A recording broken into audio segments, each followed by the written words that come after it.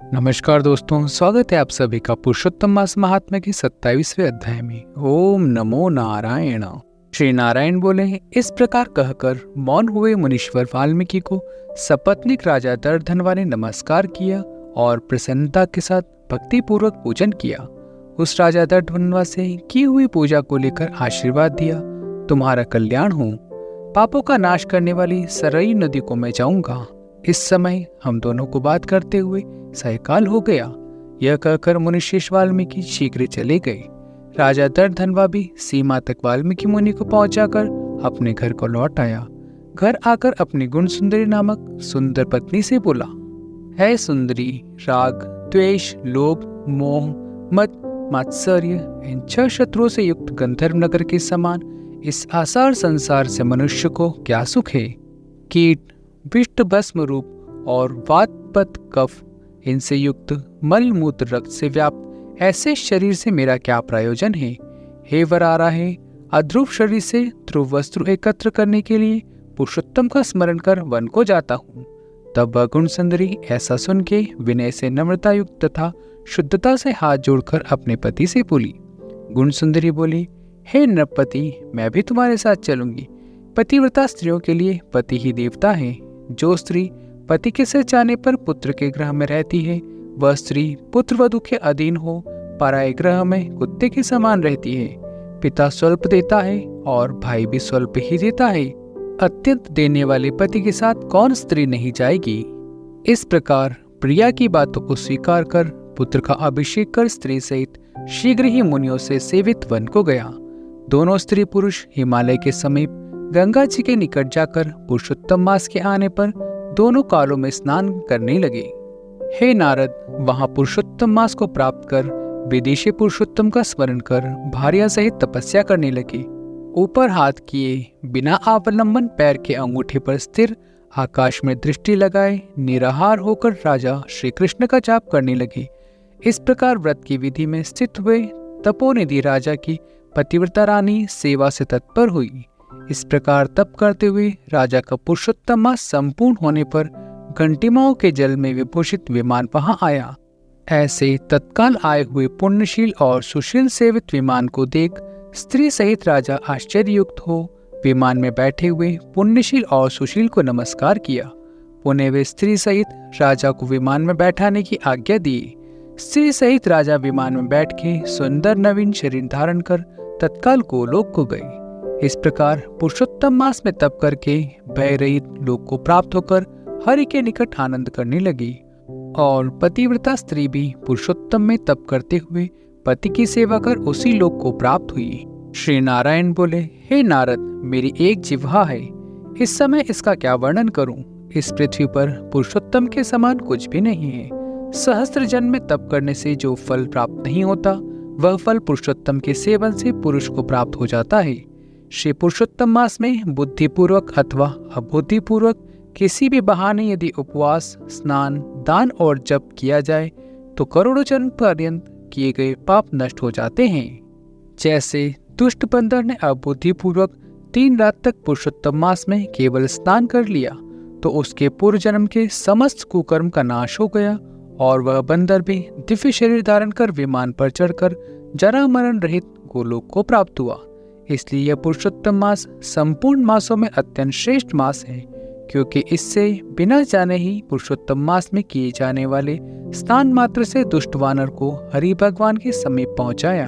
ओह आश्चर्य है, श्री पुरुषोत्तम मास का सेवन जो नहीं करने वाले हैं वे महामूर्ख हैं, वे धन्य हैं और कृतज्ञ हैं तथा उनका जन्म सफल है। जो पुरुष पुरुषोत्तम मास का विधि के साथ स्नान, दान, जप, हवन, उपवास पूर्वक सेवन करते हैं। नारद मुनि बोले, वेदों में समस्त अर्थों का साधन करने वाला मनुष्य शरीर कहा गया है, परंतु यह वानर भी व्यास से पुरुषोत्तम मास का सेवन कर साक्षात मुक्त हो गया। हे तपोनिधि, संपूर्ण प्राणियों के कल्याण के निमित्त मुझसे इस कथा को कहिए। इस वानर ने 3 रात्रि तक स्नान कहाँ पर किया? यह वानर कौन था? आहार क्या करता था? उत्पन्न कहाँ हुआ? कहाँ रहता था? और पुरुषोत्तम मास में व्यास से उनका क्या पुण्य हुआ? यह सब विस्तार से सुनने की इच्छा करने वाले मेरे से कहिए। आपसे कथामृत श्रवण करते हुए मुझे तृप्ति नहीं होती। श्री नारायण बोले, कोई केरल देश का अत्यंत लालची, शहद की मक्खियों के समान धन में प्रेम रखने वाला, सर्वदा धन के संचय करने में तत्पर रहने वाला ब्राह्मण था। उसी कर्म से लोक में कदरी नाम से प्रसिद्ध था। उसके पिता ने प्रथम उसका नाम चित्र शर्मा रखा था। उस कदर ने सुंदर अन्न, सुंदर वस्त्र का किसी समय उपभोग नहीं किया। उसको बुद्धि ने अग्नि में आहुति, पितरों का श्राद्ध भी नहीं किया, यश के लिए कुछ नहीं किया और आश्रित वर्ग का पोषण भी नहीं किया। अनन्य से धन को इकट्ठा कर पृथ्वी में गाड़ दिया। माघ मास में उसने कभी तिलदान नहीं किया, कार्तिक मास में दीपदान और ब्राह्मणों को भोजन नहीं कराया, वैशाख मास में धान्य का दान नहीं किया और व्यतिपात योग में सुवर्ण का दान नहीं किया, वैद्रति योग में चांदी का दान नहीं किया और ये सब दान कभी सूर्य संक्रांति काल में भी नहीं किया। चंद्र ग्रहण, सूर्य ग्रहण के समय न जप किया और न अग्नि में आहुति दी। सर्वत्र नेत्रों में आंसू भरकर दीन वचन कहा करता था। वर्षा, वायु, आतप से दुखित, दुबला और काले शरीर वाला वह मूर्ख सर्वदा धन के लोभ से पृथ्वी पर घूमा करता था। कोई भी इस पामर को कुछ दे देता, इस तरह बार बार कहता हुआ गो के दोहन समय तक कहीं भी ठहरने में असमर्थ था। लोक के प्राणियों के धिक्कारने से जला हुआ और उद्विग्न मन होकर घूमता था। उसका मित्र कोई वनेचर वटिक का मालिक था। उस कदर ने उस माली से बार बार रोते हुए अपने दुख को कहा, नगर के वासी मेरा नित्य तिरस्कार करते रहते हैं, इसलिए उस नगर में मैं नहीं रह सकता हूँ। इस प्रकार कहते हुए उस कदरी ब्राह्मण के अत्यंत दीन वचनों को सुनकर माली दयाद्रचित हो गया। शरण में आए हुए उस दीन ब्राह्मण पर माली ने दया कर कहा कि हे कदर्य, इस समय तुम इस वाटिका में वास करो। नगरवासियों से तिरस्कृत हुआ वह कदर्य उस माली के वचनों को सुन प्रसन्न होकर उस वाटिका में रहने लगा। नित्य उस माली के पास वास करता और उसकी आज्ञा का पालन करता था। इसलिए इस कदरी में माली ने दृढ़ विश्वास किया और इस कदरी में अत्यंत विश्वास होने के कारण माली ने उस कदरी ब्राह्मण को अपने छोटे से बगीचे का मालिक बना दिया। इसके बाद उस माली ने यह निश्चय किया कि कदर्य हमारा आदमी है, इसलिए वाटिका की चिंता को छोड़कर राज मंदिर का सेवन किया। राजा के यहाँ उस माली को बहुत कार्य रहता था, इसलिए और पराधीनतावश वाटिका और वहां कभी नहीं आया। वह अत्यंत दुर्बल कदर्य उस वाटिका के फलों को आनंद से अच्छी तरह भोजन करता और लोभवश बचे हुए फलों को बेच देता था। निर्भय पूर्वक उस बगीचे के फलों को बेचकर सब धन स्वयं ले लेता था। जब माली पूछता था तो उसके सामने झूठ बोलता था कि नगर में फिरता फिरता भिक्षा मांगता मांगता और खाता खाता तुम्हारे वन की रक्षा करता हूँ। फिर भी पक्षीगण इस बगीचे के फलों को महीने में आकर खा जाते हैं। देखिए, मैंने कुछ खाते हुए पक्षी को अच्छी तरह से मार डाला और यहाँ चारों तरफ उन पक्षियों के मांस और पंख गिरे पड़े हैं। उन मांस के टुकड़ों को और पंखों को देखकर उसका अत्यंत विश्वास कर माली चला गया। इस प्रकार अत्यंत जर्जर उस दुष्ट कदर्य के वास करते 87 वर्ष व्यतीत हो गए। वह मूढ़ वहीं मर गया और उसको अग्नि और काष्ठ भी नहीं मिला। बिना भोगे पापों का नाश नहीं होता है, ऐसा वेद के जानने वाले कहते हैं। इस कारण हाहाकार करता हुआ यमदूतों के मृदगार के आघात से पीड़ित कष्ट के साथ अत्यंत भयंकर दीर्घ मार्गों को गया। पूर्व में किए हुए कर्मों को स्मरण करता हुआ और प्रलाप करता हुआ तथा बुद्ध अक्षरों से कहता हुआ कि अहो आश्चर्य है, मुझ दुष्ट कदर के अज्ञान को देखिए। कृष्ण सार से युक्त पवित्र इस भारत खंड में देवताओं के भी दुर्लभ मनुष्य शरीर को प्राप्त कर मैंने धन के लोभ से क्या किया, अर्थात कुछ भी नहीं किया, और मैंने जन्म व्यर्थ में खोया तथा मैंने बहुत दिनों से जो धन संचय किया था वह धन तो पराधीन हो गया। इस समय कालपाश में बंधा हुआ पराधीन होकर क्या करूं? प्रथम मनुष्य शरीर को प्राप्त कर कुछ भी पुण्य कर्म नहीं किया, न तो दान दिया, न अग्नि में आहुति दी, न हिमालय की गुफा में जाकर तपस्या की।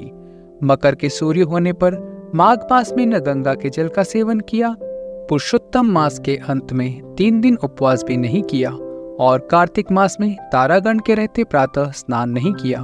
मैंने पुरुषार्थ को देने वाले मनुष्य शरीर को भी पुष्ट नहीं किया। अहो आश्चर्य है, मेरा संचित धन पृथ्वी में निरार्थक गड़ा रह गया। दुष्ट बुद्धि होने के कारण जीवन पर्यंत जीव को कष्ट दिया और मैंने जठराग्नि को भी कभी अन्न से तृप्त नहीं किया। किसी पर्व के समय भी उत्तम वस्त्र से शरीर को आच्छादित नहीं किया, न तो जाति के लोगों को, न बांधवों को, न स्वजनों को, न बहनों को, न दामाद को, न कन्या को, न पिता को, न छोटे भाई बहन को, न प्रतिव्रता स्त्री को, न ब्राह्मण को प्रसन्न किया। इन लोगों को एक बार भी मिठाई से कभी तृप्त नहीं किया। इस प्रकार विलाप करते हुए उस कदर्य को यमदूत यमराज के समीप ले गए।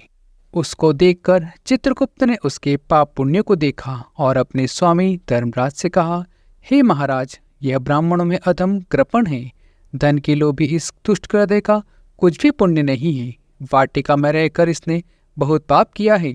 माली का विश्वास पात्र बनकर साक्षात स्वयं फलों को चुराया है और जो पके हुए फल थे उनको खाया है, और जो खाने से बचे हुए फल थे उनको इस दुष्ट ने धन के लोभ में बेच डाला। एक फलों की चोरी का पाप, दूसरा विश्वासघात का पाप। हे प्रभु, ये दो पाप इस कृपण में अत्यंत उग्र हैं, और भी कई प्रकार के अनेक पाप हैं। नारद मुनि बोले, इस प्रकार ब्रह्मा के पुत्र चित्रगुप्त के वचनों को सुनकर अत्यंत क्रोध से युक्त धर्मराज ने कहा, यह कदर्य 1000 बार वानर योनि में जाए और विश्वासघात का फल इसके बाद होवेगा। मित्रों, यहाँ 27वां अध्याय संपूर्ण होता है। इति श्री ब्रह्मनारद पुराणे पुरुषोत्तम मास महात्म्ये सप्तविंशो अध्याय संपूर्ण। मित्रों, मिलते हैं अगले अध्याय में। तब तक हरि नाम जपते रहिए। हरि बोल, गोविंद बोल।